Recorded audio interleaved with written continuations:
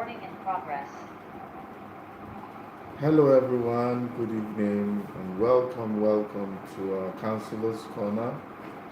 Welcome, all of you. Just welcome, welcome to our Counselor's Corner. It's great to see you guys. I hope you guys learned something. You received something last Friday. A couple of people sent me some message about what they learned. So I appreciate it. That type of feedback helps me to do what I do. So thank you for coming in. I have people on Instagram. I'm there on Making Nigeria on Instagram. Also on my personal handle, Uchonoche on Instagram. I'm on Facebook group, Uchonoche Marketplace Network.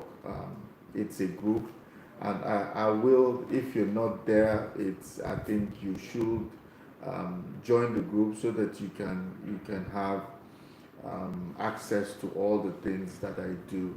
And to those of you also on YouTube, I want to welcome you guys tonight. So, what is Counselor's Corner? Counselor's Corner is a platform where I talk to people, I counsel. There's a bit of difference between coaching and counseling. But here I try to do a bit of both, to counsel and to coach, because people ask me questions, and people ask me questions. This thing is shaking. People ask me question from time to time. Please give me information about this. Give me information about that. And so I just said I can't attend to everybody at the same time. I used to have time. People come into my office and they just ask me questions, but as the years roll by, I don't have time to do that. So what I do is to just come to a general platform like this where people can ask me questions and I can come and answer them. Like today, I have two questions that I'm here to answer. If you have any question and you come in live with me, you can put it in my DM. I will come and I will answer them. So I think let me just go ahead and with the questions that I have today, and I'm sure it will bless someone listening to me today. The first question that I have today is, what is the difference between trusting your instinct um, and trusting your mind? Trusting your instinct and trusting your mind. What is the difference? A lot of times we don't understand our makeup. Um, we don't understand who we are. When you are in doubt, go to the beginning. Just It's always good when you're in doubt. Always go to the beginning and find out what is the issue. Go to the beginning and find out exactly where we are, what is happening concerning your life and concerning you. So I think we will start with to understand what is this instinct and what is your mind. Okay, your mind. When you're talking about your instinct, first of all, the man is made up of. You're made up of a body, a spirit, and a soul. So we usually make the mistake of seeing ourselves as humans. We are more concerned about this contraption that is called the body.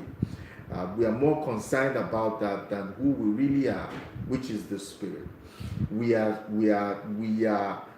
spirit that is housed in this body, and we have a mind. We have a mind that is through this mind. We have a mind that operates with our five senses. That is taste, smell, hear, all those things that make up the five senses. So our soul is the seat of our intellect, where our emotions reside, that is where our soul resides. That is where we think, that's where we feel, and those are earthly gifts and tools that God gave to us to be able to navigate the earth. And so, but most of the time we take it because we are not being taught. Most of the time we take it to mean that you are your soul, you are your mind. So your mind can also be interpreted can also be called your soul. Your mind can also be called your soul, and can also be called your seat, your center of intellect, where your emotions reside, your feelings and your thinking faculty, where they reside, where the five senses operate. That is your mind. That is your mind. Then your instinct is your spirit man. When we say spirit man, you are a spirit. I'm sure even if all of us are not of the same faith, and not all of the same faith, you will agree with me that we are spirit. And so if we are spirit, it means that if we are spirit, what it means is that spirit man, and we have a God that is spirit, and our God speaks to us from the spirit. He is a spirit. He communicates with us to our spirit man, and so our spirit man is now the one that will cascade it down to our soul, and to our seat of intellect, and from there it now God gets down to the body.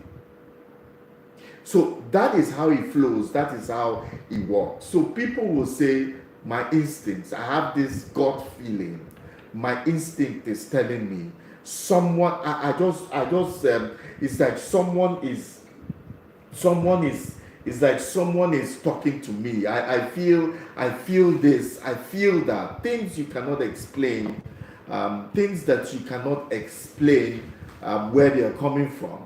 And most of the time we tend to say these things are foreign. But that is who you are. That is who you are.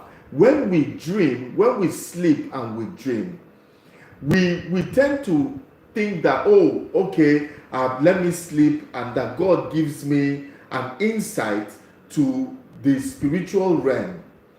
No. You are spirit. You go back. When you sleep, you go back to your natural habitat. So those things that are happening, the spirit realm rules over the physical realm. So when you sleep, you go back to where you came from.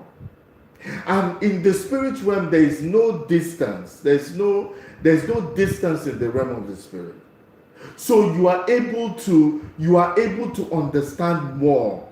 They say there is no ignorance in the realm of the spirit. So sometimes where we now have a problem is to be able to interpret these spiritual things. So some of them filter into our minds, and that mind, some of them filter into our mind, and that mind is where we now begin to feel that this is the origin of those things. If you're not able to convince yourself, if you're not able to convince your soul that this is where you're from, or you don't have that understanding that spiritual things, you are more spiritual than physical, and you don't know how to receive from spiritual things, what happens is that you get stuck. Many people are stagnated because they don't understand how these things work. We don't understand, so we get stuck. But I tell everybody that wants to be successful in life, if you want to be successful in life, you have to be in tune with the spirit realm, because the spirit realm rules over the physical. So some of these things that you are talking about instincts, or I have this God feeling, is actually the spirit realm talking to you. Some people will use words like the universe is speaking to you. Some people will call it Mother Earth. Some people will use those terminologies. But I'm actually, for me, I will just tell you, it's the spirit realm. It's your creator trying to speak to you. But because you do not understand that it's coming from your creator, sometimes you just say something is like something told me I should. No, it's your creator trying to reach out to you. It's the spirit realm trying to reach out to you. So you must understand how to receive from them. I will not go into details too much, but I'll tell you the only way you can have access to this spirit realm is through meditation. Not so much about prayer, but being able to meditate. I think I talked about it last week, and I also mentioned it the last time I was here, that you must be able to find a way to be in tune with the things that happen in the other realm. And the way to do it is to just meditate. Teach yourself to meditate. You can start from 10 minutes, you can start from 15 minutes, you can start from 30 minutes. Just sit down and meditate. At first, you'll be getting different kind of things will be passing through your mind, because now when you sit down to meditate, we come back to the aspect of the mind. I've talked about the instinct, but now I want to talk about the mind. The mind is where the mind is encompassed in our soul, our thinking faculty that was given to us to be able to live on earth, to make contact with the earth. But we are now majoring on the minor, which is the soul. A man shall not live by bread alone, but every word that proceeds from the mouth of God. So it means that we have to be in tune with God, with our creator, for us to be successful. It might sound a little bit spiritual, but look, we are spiritual beings, and we just have to tell ourselves the truth. We are spiritual. We are spiritual beings, and we have to tell ourselves the truth. The way you have to train yourself to be able to connect, because your mind has a mind of its own. Do you know that your mind can play tricks? That your mind can play tricks on you? Yes, your mind can play tricks on you. You don't have control of the things that come into your mind. The spirit realm, you don't have a problem with that. If you know how to connect, you will receive directly. But our soul, seat of intellect, all manner of things come through our mind. When you sit down to meditate, thoughts will just be coming, flooding your mind. They'll just be flooding your mind. But if you're patient, when you are patient, after a while, what happens is your own thoughts will begin to come. And that is where you begin to get the things that are important to you. That's where you begin to understand the things that are important to you. And that's where you begin to shift from the usual to who you really are. That's where you discover who you are as a person. And once you can discover who you are as a person, I bet you success is around the corner. And when we do not take out time to do this, it becomes an issue. So I will tell everybody, maybe one of these days I will talk about meditating and be able to help you to connect with your natural habitat, which is the spiritual realm. But the mind has a mind of its own. The mind can play tricks on you, and so you cannot fully trust your mind, because you are not the only one that has. You don't have the power to be able. You don't have the power to control how to control the thoughts that come into your mind, but you have the power to allow those thoughts that come to accept them, because those thoughts will be coming. Anyone you accept becomes your reality.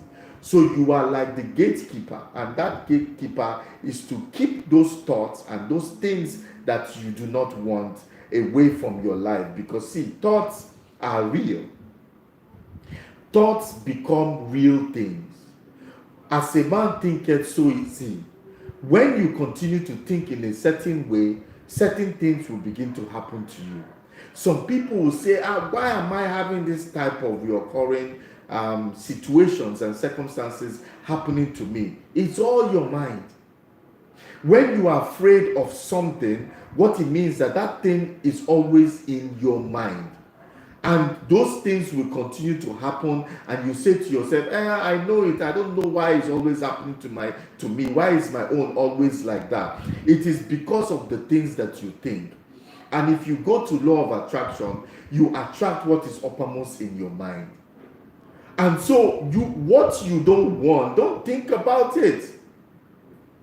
What you don't want, don't think about it. When those thoughts come, shift it. It's actually called displacement therapy. When the thoughts you don't like of the things, because most times human beings will try to analyze the things that are happening to us, but we are staying on the negative. But you must be able to push away that negative. So I'm bringing the thoughts that you want. Every night, before I sleep, I clean house. What I mean by cleaning house is that I make sure I clean. If you offend me during the day, I forgive you in the night before I sleep.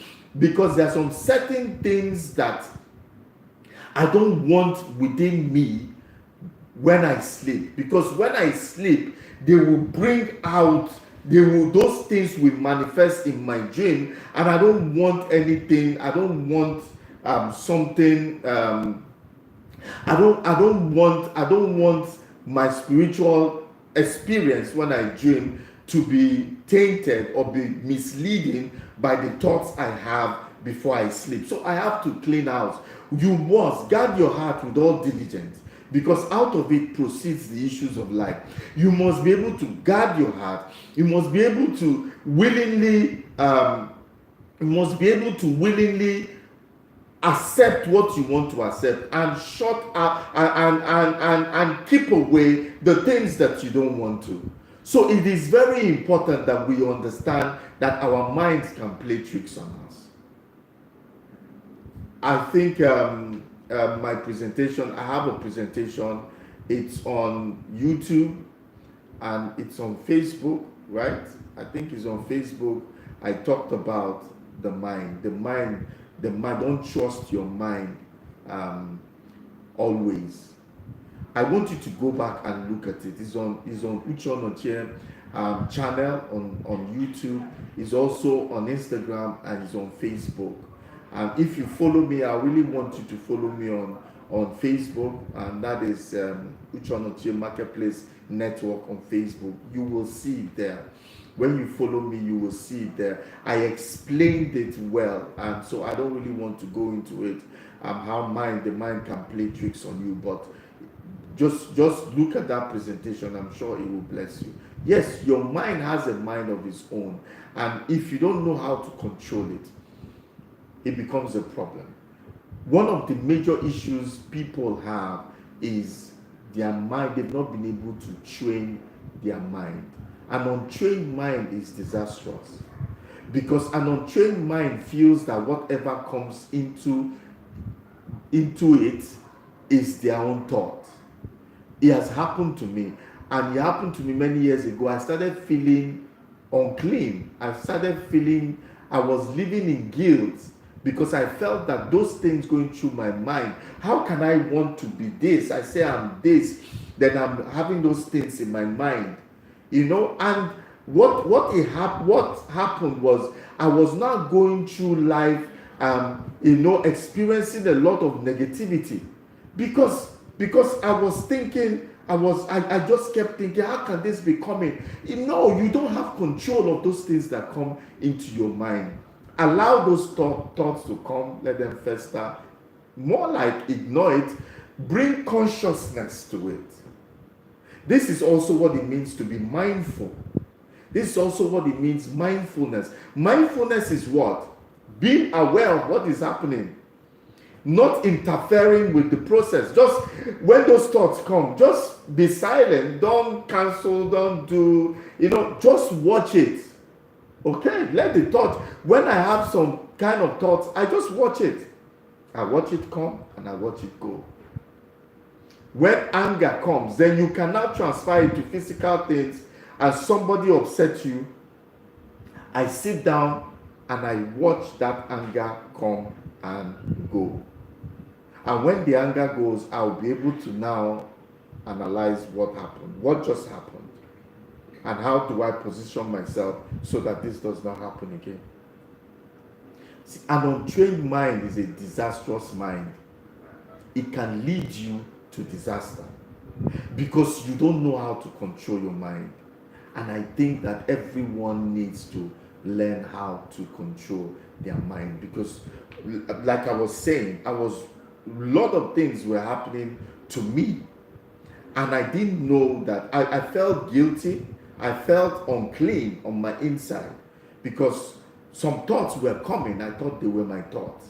I didn't know they were not my thoughts. So I felt unclean. I felt bad on the inside, and that affected my relationships, or rather my social life, because I felt I was living a double life. No, it's because I didn't know, I didn't understand that my problem there was I had an untrained mind. So now, an untrained mind, once you become guilty or once you start feeling bad, what happens automatically? You start thinking about those things. And once you start thinking about those things, they will be uppermost in your mind. And those things that you are thinking, you know what happens? They will become your reality. Thoughts are real. And see how thought works. You keep thinking about it, thinking about it, thinking about it. The more you think about it, the more those thoughts consolidate, solidify, and become real things. And they now become what we call strongholds. They now become what we call mental blocks. And those men, once they are deeply seated, you can't remove them easily. So be careful what you think. Be careful what you allow on your inside. This is where a lot of people are stuck. And ladies and gentlemen, please, you need to be able to watch your mind. You need to mind what you mind. You need to mind what your mind is mindful of. And be conscious of what you think. You have the power to determine what you think, and you have the power to determine what you accept as real or not. Those thoughts are not yours. So, in summary, instincts is our natural habitat trying to speak to us. And we call it instincts and gut feeling. Our mind is where our soul is, or is in our soul. And that mind, we don't have control of everything that comes in. And so our mind has its own personal traits. I dealt with some this week. Look at my presentation. Like one, the mind easily jumps into conclusion. The mind can constantly make up things. Example, somebody can be sitting, having a bad day, and maybe frowning, or maybe that's how the person's face is, and you are all by yourself. Maybe you greeted the person didn't greet you how you expect that person to greet you. Then you just go and sit down, or you've not even said anything to someone. The mind will tell you, see that person, that woman, she must be a very wicked woman, the way her face is. You don't know this woman. You don't know what she's going through. You don't know anything about it. See, the mind tries to fill in the gap. And if you don't stop it at that point, you will just have that impression that that person is a bad person. But it's a good person that is just having a bad day. And it happens to all of us. But you are past judgment on that person. That's what the mind can do. And when you see your friend, and you're with your friend, and you see that person, you say, that woman is a very bad person. No? And you will forget that it was your mind that made it up. Not real. It wasn't real. You never had any encounter with this person. But your mind has just assumed, and your mind has just said that. And you know what? You have taken it to be so. So the mind can make up things. The mind is always looking for solutions. And the mind is not ready. The mind is not ready to seek second opinion about things. The mind just assumes and it just takes the first thing. So guys, we need to be careful. I will still come back with this talk on mindfulness. I feel that we should deal with it because a lot of people are stranded and stuck because they don't understand what is going on with them. So I think next week I will also talk more about this mindfulness. So let me just deal with the second question that I have here. And the question says, what role does problem-solving abilities play in effective leadership? Let me summarize it this way. Leadership is about solving problems. And if you're not solving any problem, then you are not a leader. If you're not solving any problem, then you're not ready to be a leader. Like in my country, here in Nigeria, a lot of people say, "Oh, I'm a politician. I'm a career politician." It's so absurd. I've never heard anybody say, "I'm a career politician." I always think about what does that mean? So now politics has become a profession. I thought that somebody has excelled in a particular field, and that is why that person wants to now go into government, and from the skills and the experiences that they've gathered, they want to now serve the nation or serve their community. But these politicians, they don't have any other thing to do. And that's why they tell you politics is their life. They don't have any business. They don't have anything else. So this being in government, remaining in government till they die is their ambition because this is their career. So it has nothing to do with if they have experience or they don't have experience. It has nothing to do with that. You have people that are ruling us and they have never. People that are ruling us, they have never run an office before. They have never worked before. They have never done business before. They have never done anything. They have never done anything. They've not been able to run any organization. All they do is just attach themselves to someone, and when it gets to their own turn, they push them into governance and leadership. And so when they get there, they cannot solve any problem. You know why? Because they don't have the experience of solving any problem in the first place. They don't have the experience of solving anything in the first place. Leadership, like I said, this quotation is real. Leadership is about what? Leadership is about solving problems. Leadership is about influence. You cannot solve problems in isolation. You have to solve problems with human beings, right? With people. So that's where leadership is about influencing people to solve problems. Leadership is about influencing people to solve problems. So if you cannot solve any problem, then you have no business being a leader. Go and work for a leader. Go and work for somebody that is a leader and learn the ropes. Because we have a lot of CEOs, we have a lot of MDs that, their fathers started companies, and because of that, it's justified. That's the only credentials they have, their birthright to be able to run organizations. I would have thought that once, if like my kids, they're already by birth, they're already directors for life. in my organizations. By birth, they have that. But I don't think they they are entitled to run it if they don't have what it takes for them to run it. And also, I don't want to stop them from doing their own dreams or carrying out their own dreams. Anybody that wants to work with me, it's fine. If you don't, it's fine. So I positioning my organizations in such a way that people will. I don't want anything that I'm starting to be less than 100 years minimum. So that means that organization or company should be able to last for 100 years. And when you want something to last for 100 years, outlive you, it means that you are ready to also allow people to run it and not just family. Nobody messes up your business like family. Not that some families don't do well with it, but you have to train them and you have to properly indoctrinate them in what you're doing and make sure they come into the organization early to understand it. Because leadership without training will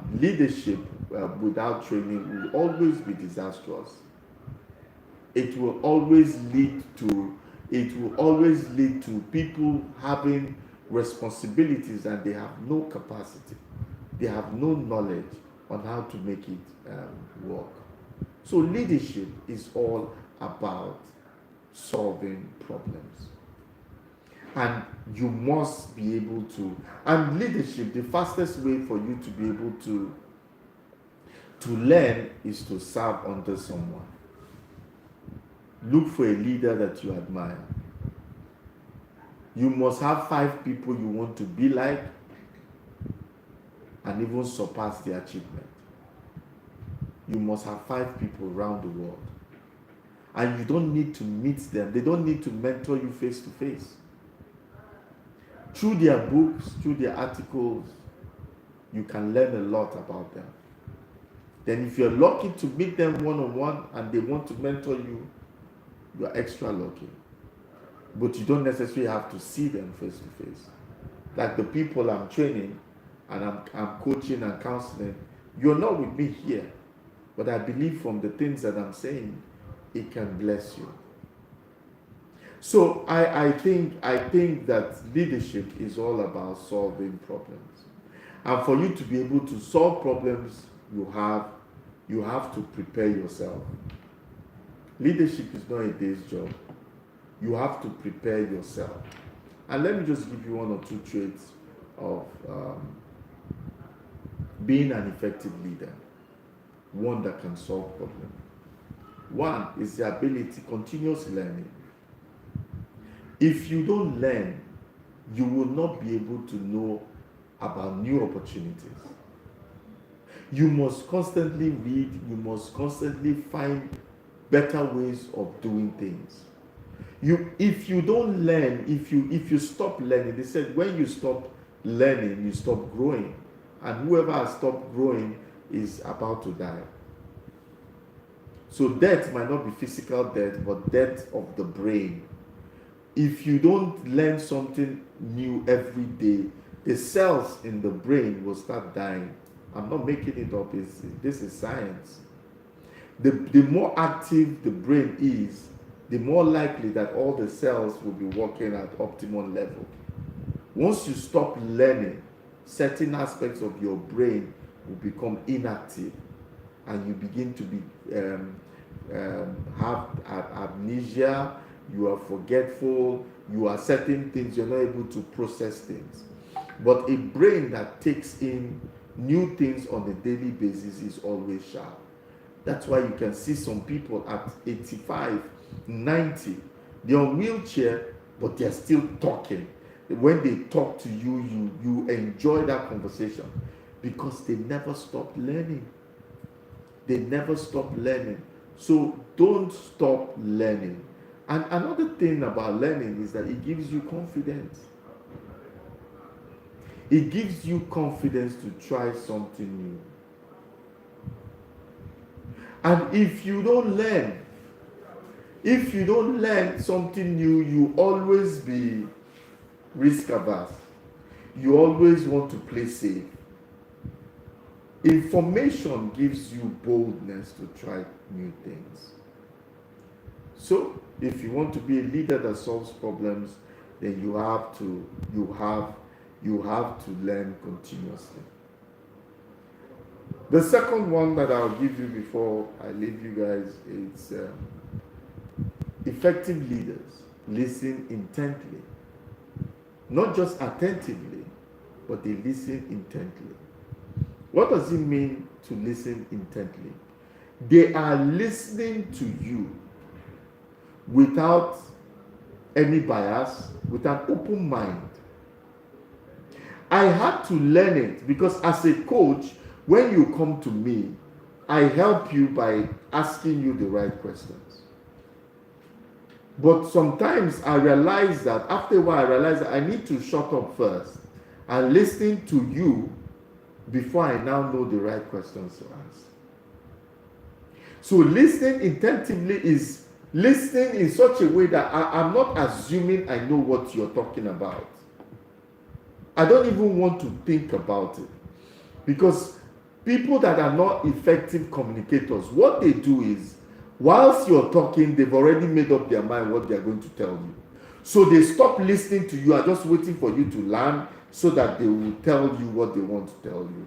You're not effective in your communication ability.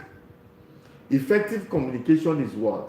Ability to transfer, to make sure that the person you're talking to understands exactly what you are saying. If not, you have not communicated. So listen intently with an open mind to know exactly what that person is saying.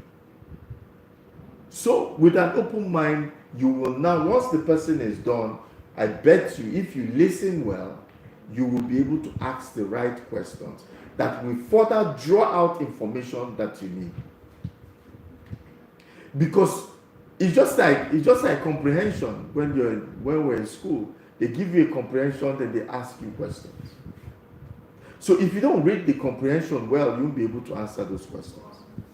Because some of the questions, some of the answers are not in the comprehension. But when you read the comprehension, you'll be able to answer it. Same thing with listening intently. Same thing. Listen first, then you'll be able to ask the right questions. And those right questions further draw out the information that you need. So a leader that is willing to listen to other people's perspective in the boardroom, talk to all the staff, and you talk to them from time to time, listen to their own perspective, I bet you'll be a very effective leader. You know why? Because you will have all the right information to make the right decisions. And since it's about solving problems, you are now making the right decision that is solving the problem. So that's all. That's all. I have a lot, but I'll be back next week. If you have any questions, please just put it in my DM. Whatever it is, just put it out in my DM. I will come next week, same time, 6 p.m. West African time, and to speak to you, to answer some of these questions. But guess what?